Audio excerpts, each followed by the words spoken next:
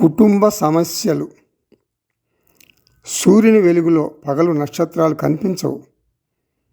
అలాగే బ్రహ్మన్ వెలుగులో ఆత్మస్థితిలో దేహ రుగ్మతలు, కుటుంబ సమస్యలు వగైరా అల్పం అయిపోతాయి, గాలిలో తేలిపోతాయి.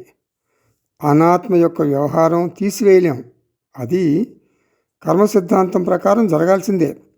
యవ్వనం, వృద్ధాప్యం, వ్యాధులు ఇవన్నీ కూడా అంటే వేదాంతం కూడా తీసివేయలేదు.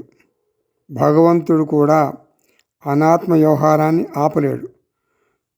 కాకపోతే భగవంతుడు ఒక జడ్జిలాగా కర్మ సిద్ధాంతం ప్రకారమే ఈ సృష్టిని నడిపిస్తాడు. వేదాంతం వాటిని తోసిపుచ్చదు. ఆత్మస్థితిలో ఉండి అనాత్మ తీవ్రతను తగ్గిస్తుంది. గట్టి మేళం ద్వారా చిన్న చిన్న శబ్దాలు, తుమ్ములు, దగ్గులు మనకు వినపడవు. అడ్వెంచర్ స్పోర్ట్ అనుకుంటూ ఎవరెస్ట్ శిఖరం చాలా ఇష్టంగా కొంతమంది అధిరోహిస్తారు. ఎన్నో కష్టాలు పడతారు, కానీ అవి ఏమీ వారు లెక్క చేయరు. ఎవరెస్ట్ శిఖరం అధిరోహిస్తున్నాను అనే పెద్ద ఆనందం ముందు దేహ బాధలు, మోకాళ్ళ నొప్పులు చాలా అల్పమైపోతాయి. నొప్పి తెలియదు.